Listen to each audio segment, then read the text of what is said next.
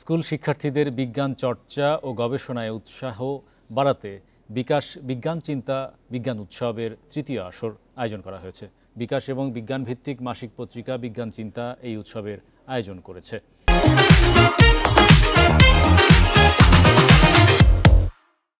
উদ্বোধনী পর্বে ঢাকার ১২০টিরও বেশি স্কুলের শিক্ষার্থীদের বিভিন্ন প্রকল্পের মাধ্যমে সেরা ১৭টি প্রকল্পকে পুরস্কৃত করা হয়। উদ্বোধনী অনুষ্ঠানে বাড়তি চমক হিসেবে ছিল বিজ্ঞান বিষয়ক বিভিন্ন স্টল, রোবোটিক্স প্রদর্শনী, বিজ্ঞান ম্যাজিক সহ নানা আয়োজন।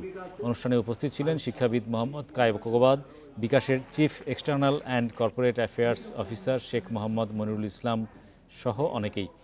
আঞ্চলিক পর্ব শেষে ঢাকায় চূড়ান্ত পর্বের আয়োজনের মধ্য দিয়ে শেষ হবে এবারের উৎসব।